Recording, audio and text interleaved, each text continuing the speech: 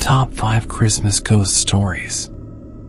Nothing puts the ho-ho-ho in horror like a Christmas Eve full of ghost stories.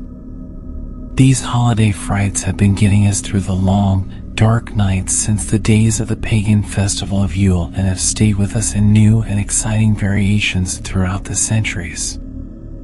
From A Christmas Carol to Krampus, there has been a long and loving tradition of injecting the paranormal into your pageantry, but there are some that have made an impression on us more than others, making them our go-to tales for everything terrifying. Some may be printed, and others just whispered in front of the fireplace, but all of these stories have stayed spooky throughout the years and will likely continue to top the list of Yuletide ghost stories for many generations to come. So, naughty or nice, be sure you're checking this ghost story list twice, because nothing will warm you up this winter better than a stocking stuffed with the supernatural.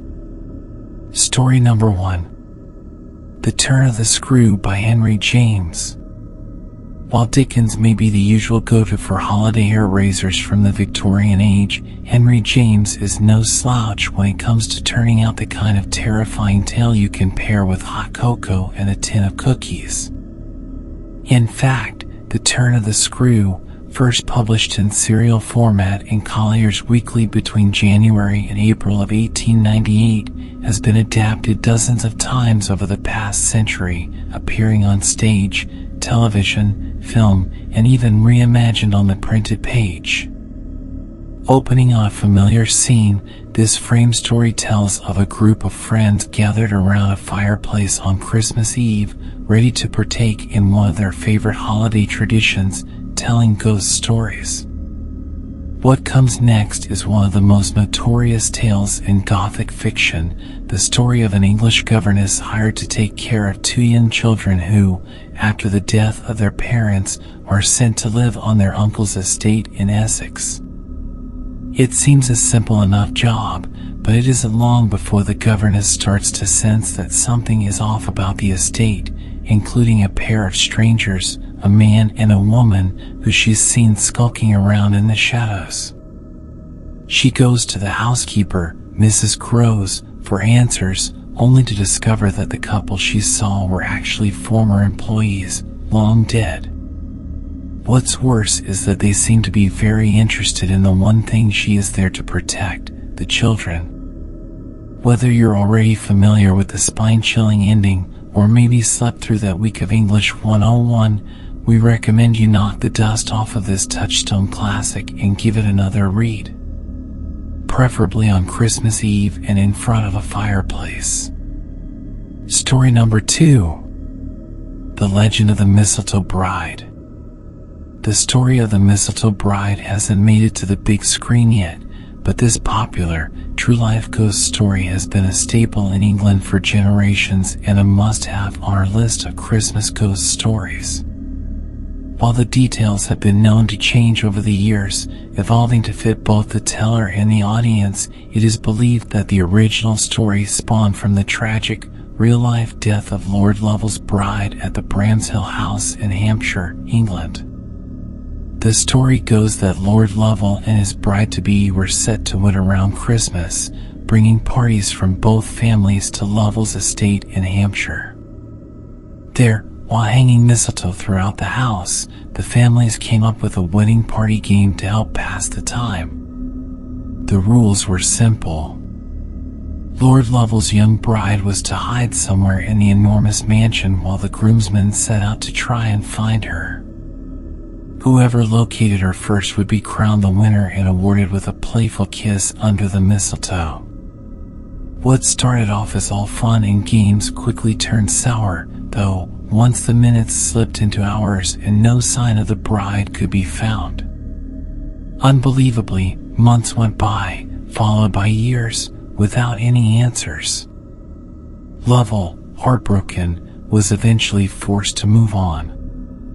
It wasn't until 50 years later, as Lovell's grandchildren played a game of hide-and-seek themselves, that they stumbled upon a secret closet in an upstairs room. There they found an old, wooden chest, sealed shut, with the bride-to-be trapped inside, or at least what was left of her.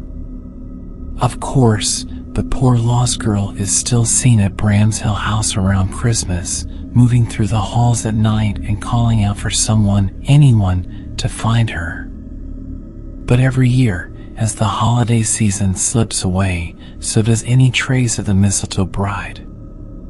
This tale may not boast the happy ending many of us are accustomed to around this season of giving, but it will nonetheless keep your friends and family on the edge of their seats until Christmas morning.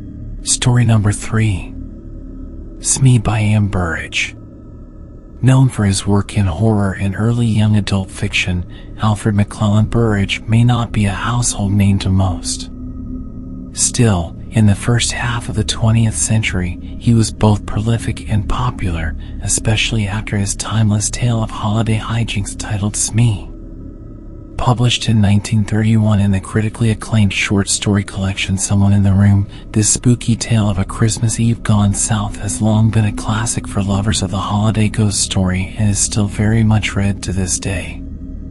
The story, which also takes on the format of a framed story, a common occurrence in this genre, tells of a young boy on Christmas Eve who, not wanting to join his friends for an after-dinner game, shares a cautionary tale instead.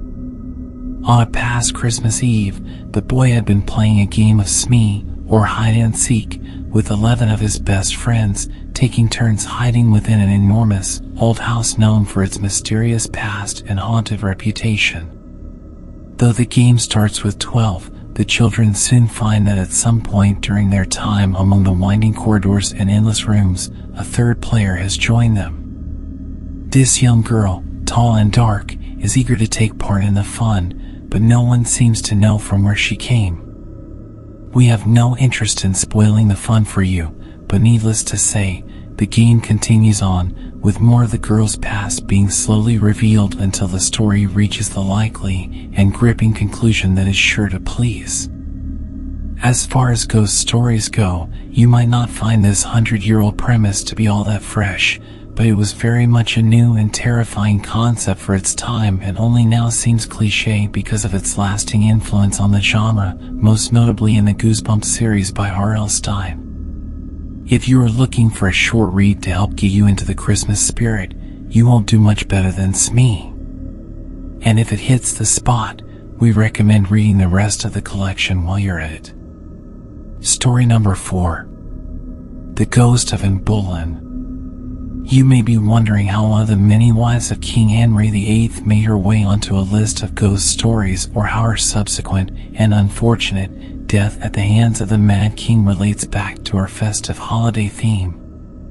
Well, we'll tell you. Long before her marriage, Anne grew up in Hever Castle, the longtime home of the Boleyn family nestled deep within the Kent countryside. It was an idyllic childhood, full of love and happy memories, especially around the holidays, which was Anne's favorite time of the year. All of that would change, though, the day she married King Henry VIII. It should have been a sign, in retrospect, that becoming the second wife of the king who basically invented second wives was maybe a bad idea, especially considering that His Royal Highness' mental health was, by then, declining as quickly as his cruelty was growing. But Anne was in love, and who didn't want to be a queen? So, Anne married Henry, and they enjoyed a few short years of royal bliss until that demon living in Henry started to rear its ugly head once again. It started with rumors around court, people whispering about witchcraft and treason, adultery and incest, and everything in between. To Anne's surprise, most of the accusations stuck, leading King Henry VIII to formally charge her in 1536 and, as we well know, cut off her head. A tragic end within a dark part of history, but for Anne Boleyn, the story isn't quite over. It seems that Anne's spirit didn't stick around to watch King Henry VIII abuse and berate the next 4 wives, one of whom also lost her head, and instead returned to her ancestral home in the countryside. Today, people all over England know about the castle in Kent, now home to Anne's ghost. In fact, she is still seen on the grounds to this day, reliving the happier moments of her life as she slips through the halls or across the bridge that spans the River Eden, her favorite spot. What really stuffs our stocking when it comes to this ghost story, though, is that Anne Boleyn is only ever seen on one day of the year. Her favorite day, Christmas Eve.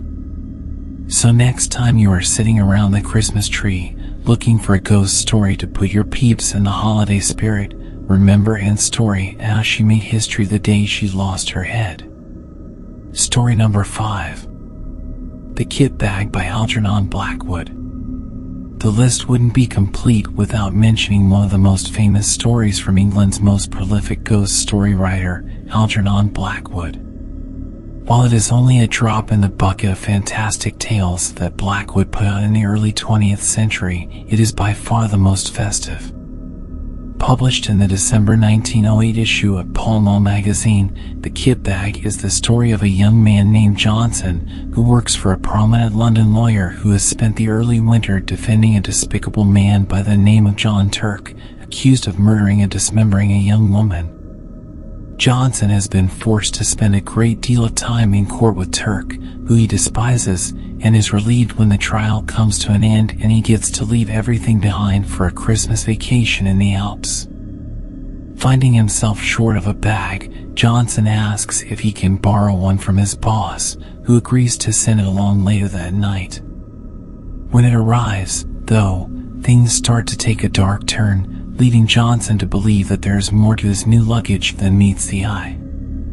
It begins with ghostly footsteps on the stairs outside his door and quickly escalates to faces appearing on the bag, whispered voices demanding, "It's my bag. And I want it," and the bag itself moving across the room when no one looks. What really turns the tide, though, is when Johnson opens it up, discovering a bloodstain within and an answer to all of his suspicions. He manages to flee his room, leaving the kit bag behind, but the horror is just beginning for Johnson.